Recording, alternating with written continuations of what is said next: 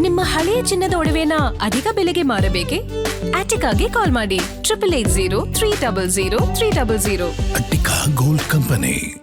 ಪ್ರತಿ ಬಾರಿ ವಿಧಾನಸಭೆ ಎಲೆಕ್ಷನ್ ಬಂದಾಗ ಸಿಎಂ ಅಭ್ಯರ್ಥಿ ಲಿಸ್ಟ್ನಲ್ಲಿ ಪರಮೇಶ್ವರ್ ಹೆಸರು ಇದ್ದೇ ಇರ್ತಾ ಇತ್ತು. ದಲಿತ ಕೋಟಾದಲ್ಲಿ ಪರಂ ಹೆಸರು ಫಿಕ್ಸ್. ಅವರಿಗೂ ಕೂಡ ಈ ಬಾರಿ ನಾನು ಸಿಎಂ ಆಗ್ತೀನಿ ಅನ್ನೋ ಕಾನ್ಫಿಡೆಂಟ್ ಇರುತ್ತಲೇ ಇತ್ತು. ಆದರೆ ಹೈಕಮಾಂಡ್ ಕೊನೆ ಕ್ಷಣದಲ್ಲಿ ಸಮಾಧಾನ ಮಾಡಿ ಅವರಿಗೆ ಬೇರೆ ಖಾತೆ ಕೊಟ್ಟು ಕೂರಿಸ್ತಾ ಇತ್ತು. ಈ ಬಾರಿಯೂ ಅದೇ ಆಗಿದ್ದು ಪರಮೇಶ್ವರ್ ಅದನ್ನು ನೆನೆದು ಅಕ್ಷರಶಃ ಕಣ್ಣೀರಿಟ್ಟಿದ್ದಾರೆ. ಡಾಕ್ಟರ್ ಜಿ ಪರಮೇಶ್ವರ ಎಂಬ ಹೆಸರಿನ ನಾನು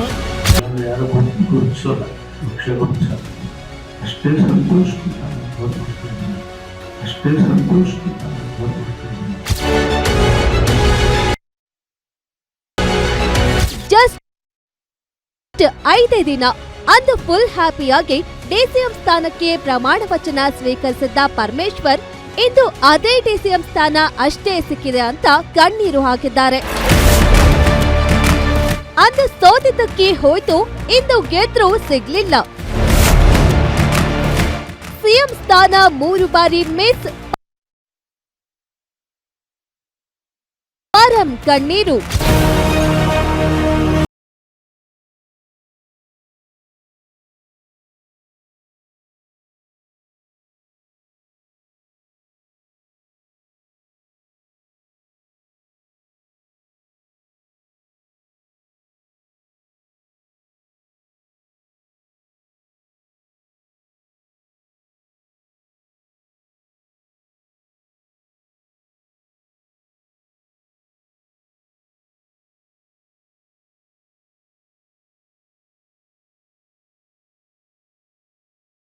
ಅಧಿಕಾರಾವಧಿಯನ್ನ ಈಗಿನ್ನೂ ಆರಂಭ ಮಾಡಿದ್ದಾರೆ.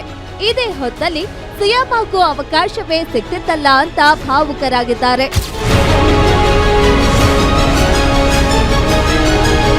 2013ರಲ್ಲಿ ಒಮ್ಮೆ, 2018ರಲ್ಲಿ ಇನ್ನೊಮ್ಮೆ, 2026ರಲ್ಲಿ ಮಗದೊಮ್ಮೆ, ಒಟ್ಟು 3 ಬಾರಿ ಪರಮೇಶ್ವರ್ಗೆ ಸಿಎಂ ಆಗೋ ಚಾನ್ಸ್ ಮಿಸ್ ಆಗಿದೆ.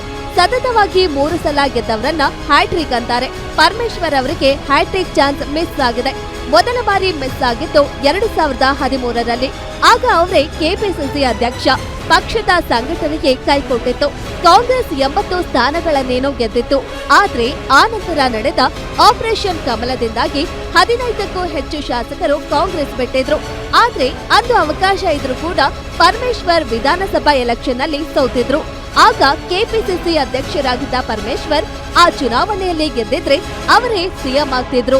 ಅದು ಆ ಸಂದರ್ಭದಲ್ಲಿ ಕೂಡ 2013ರಲ್ಲಿ ನಾನು ಎಲೆಕ್ಷನ್ ಸೋತೆ.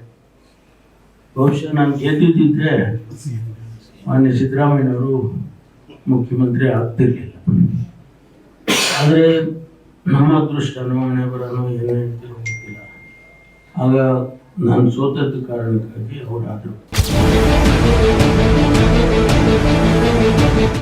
ಅದಾದ ನಂತರ ಸುಮಾರು 2 ವರ್ಷಗಳ ನಂತರ ಅಂದ್ರೆ 2015ರಲ್ಲಿ ಪರಮೇಶ್ವರ್ ಸಿದ್ದರಾಮಯ್ಯ ಸಂಪುಟಕ್ಕೆ ಎಂಟ್ರಿ ಕೊಟ್ಟು ಹೋಮ್ ಮಿನಿಸ್ಟರ್ ಕೂಡ ಆಗ್ತಾರೆ. ಪರಮೇಶ್ವರ್ ಅವರಿಗೆ ನಂಬರ್ 2 ಸ್ಥಾನವೇನೋ ಇರುತ್ತೆ, ಆದ್ರೆ ಡಿಸಿಎಂ ಹುದ್ದೆಯನ್ನ ಕೊಡೋದಿಲ್ಲ.